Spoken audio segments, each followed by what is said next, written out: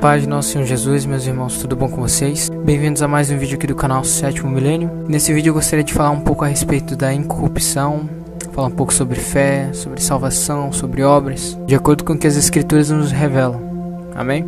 Irmãos, nós sabemos que, como diz as Escrituras, que no princípio de tudo Deus criou os céus e a terra. Criou também um homem e pôs ele no jardim do Éden, que no hebraico é jardim das delícias. Era um paraíso de Deus para o homem. Sabemos também que Deus ele deu todo o domínio da terra ao homem, o primeiro homem, principalmente o domínio dos animais. Por isso era totalmente justo que ele desse uma lei ao homem, para que o homem reconhecesse a Deus como seu Senhor, para que o homem se submetesse àquele que submeteu tudo a ele. Irmãos, como que nós nos submetemos a alguém? Como que nós nos rebaixamos, nos sujeitamos a alguém? Não é pela obediência? Foi por isso que Deus deu uma lei para o homem, para que o homem se sujeitasse a Deus. E essa lei foi aquela: não comerás da árvore do bem e do mal. E Deus também diz: no dia em que dela comer, irás morrer. Deus fez o homem à sua imagem, isto é, a imagem do verbo de Deus, porque a imagem de Deus é o verbo de Deus, irmãos. E o homem era eterno e possuía um corpo incorruptível. O que é um corpo incorruptível, irmãos? Um corpo incorruptível é um corpo que não é corruptível, que não tem parte na corrupção, né? Mas então nós devemos entender o que é corrupção, né? Não é corrupção do Brasil, como nós ouvimos, mas corrupção é aquilo que se decompõe, que envelhece, se desgasta com o tempo, né? E um corpo incorruptível é aquele que não envelhece, não se decompõe, nem se desgasta com o tempo, ou seja, é um corpo eterno. Então, quando Deus deu a lei do homem para que ele não comesse da árvore do bem e do mal, porque no dia que ele comesse, ele ia morrer, né? No milênio que ele comesse, ele iria morrer, a gente percebe que Deus ele dá uma punição para a desobediência da lei. Caso contrário, se ele não desse uma punição, a lei seria em vão, né? Porque o homem iria desobedecer, não ia acontecer nada. Mas caso o homem desobedecesse, o corpo dele passaria a ser um corpo corruptível, né? Que iria se decompor e voltar à terra. E como sabemos, irmão, infelizmente o homem ele foi induzido pela serpente a desobedecer a Deus e ele pecou.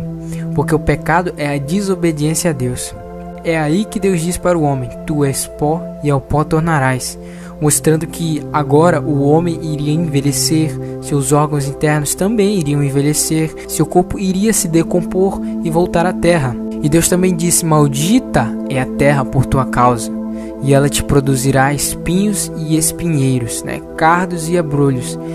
Essa terra aqui, irmãos, é o corpo do homem que se tornou maldito e passou a produzir espinhos, porque o pecado causa dor e sofrimento aos que estão ao redor. E o homem agora, com esse corpo corruptível e frágil, tem muitos desejos, né? Porque seu corpo se tornou temporal e necessita de outras substâncias para viver por muito mais tempo.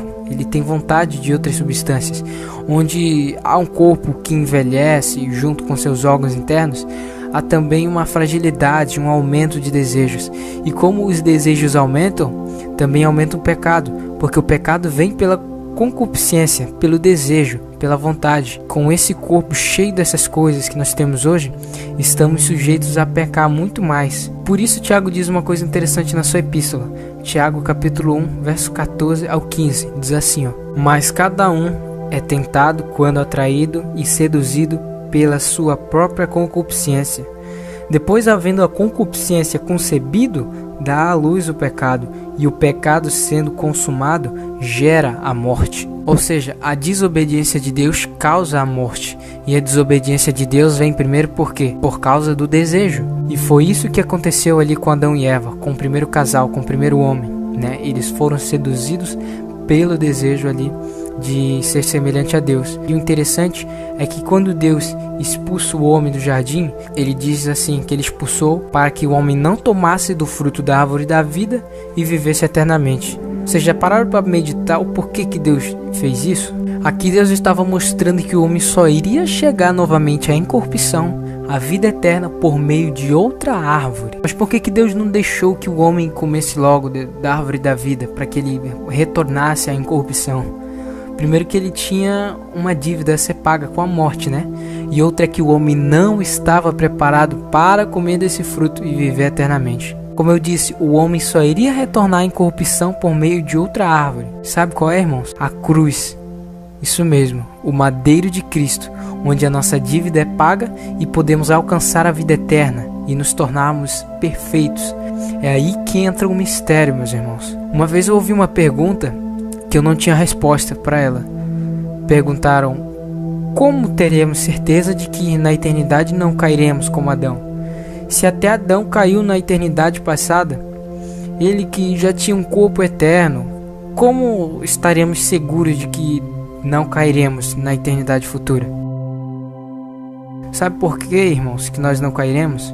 Porque Adão caiu da incorrupção para a corrupção. Já o nosso Senhor Jesus, ele assumiu essa corrupção e atingiu a incorrupção. E do mesmo modo que nós nos unimos a Adão, nos unimos à desobediência de Adão e à corrupção de Adão, também, pela graça de Cristo, nós podemos nos unir a Cristo e tomarmos parte com Ele na incorrupção dele e na obediência dele, a fim de que nós possamos ser perfeitos, assim como Ele foi, chegar à estatura dele, para poder termos aí a vida eterna. Porque o homem está nesse corpo corrupto por causa da desobediência e por causa do pecado. Então, para atingir um novo corpo, é necessário a obediência. E o que isso tem a ver com a pergunta? É que por Cristo nós nos tornamos obedientes e podemos vencer o pecado na carne em tal nível de santificação, irmãos, que nos faltará somente a incorrupção. Se nós vencemos o pecado nessa carne corrupta, nunca nós cairemos na carne glorificada. Se nós somos fiéis agora na corrupção, imagine na incorrupção. Se o pecado não tiver poder sobre nós nesse corpo cheio de desejos carnais, no corpo eterno e incorruptível, imaculado é que não vai ter. Esse é o aperfeiçoamento dos santos, irmão, o amadurecimento da igreja para a salvação eterna. Os filhos de Deus não cairão na eternidade porque eles venceram o pecado na corrupção, porque eles se tornaram perfeitos, irmão, a ponto de negar o pecado, de morrer totalmente para o pecado. Tiago nos diz uma coisa muito interessante, irmãos, porque hoje as pessoas elas se acomodaram a dizer: não, nós só somos salvos pela fé e nada mais, né? E quando elas falam essas coisas, elas acabam desprezando um pouco a santificação. Mas Tiago ele vai falar uma coisa muito interessante, irmãos.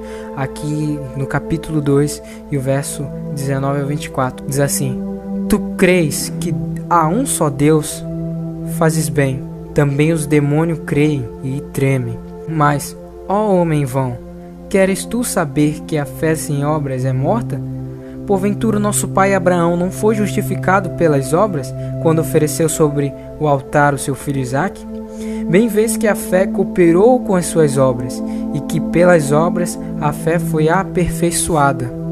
E cumpriu-se a escritura que diz: e creu Abraão em Deus, e foi-lhe isso imputado como justiça, e foi chamado amigo de Deus.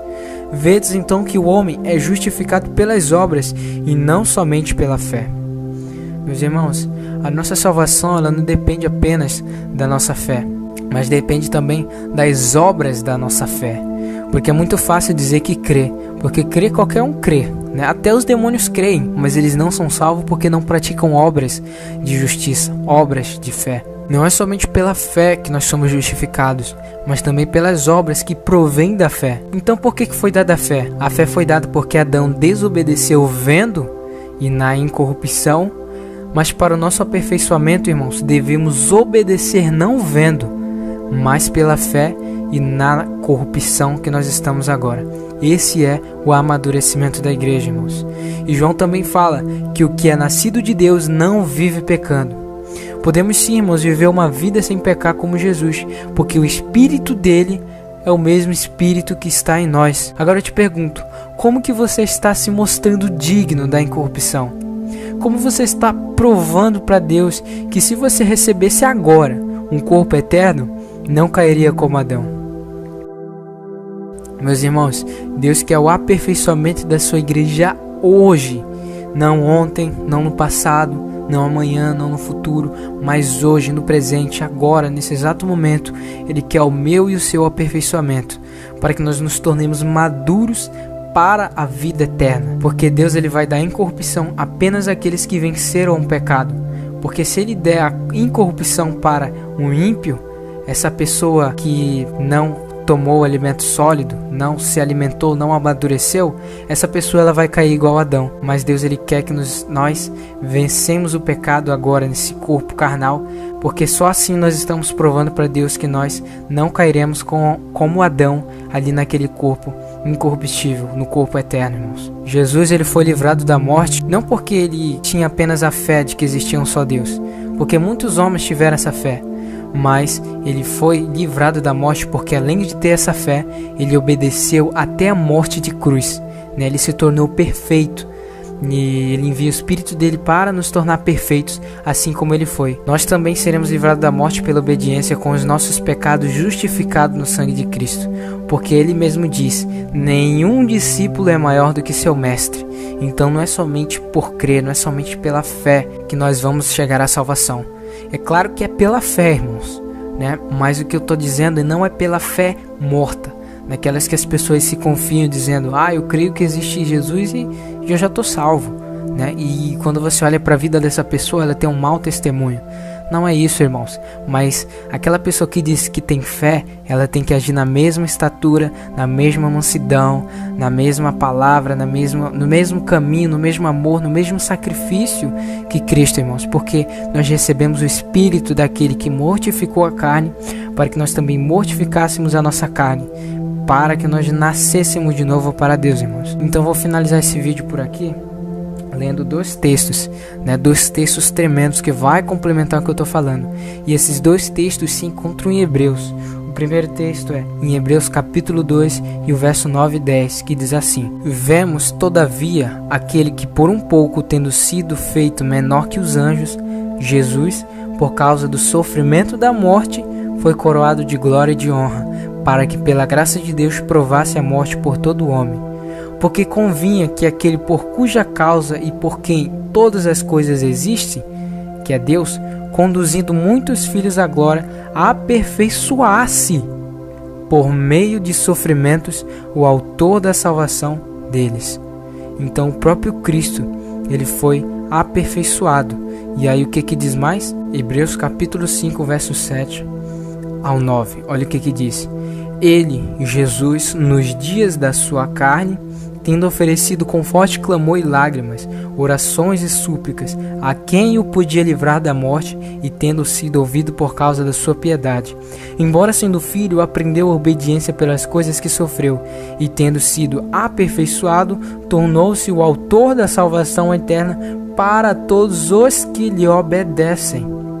Pela obediência, irmãos. Então aqui o próprio Cristo, ele precisou ser aperfeiçoado. E aí Paulo, em outro lugar, ele vai falar que nós devemos chegar à mesma estatura de Cristo. Em outro lugar, ele vai falar que ele quer apresentar a igreja imaculada, santa e perfeita para Cristo, para o seu noivo. Nenhum discípulo é maior do que seu mestre. Se Cristo precisou ser aperfeiçoado, quanto mais nós, irmãos. Que Deus lhe abençoe e até o próximo vídeo.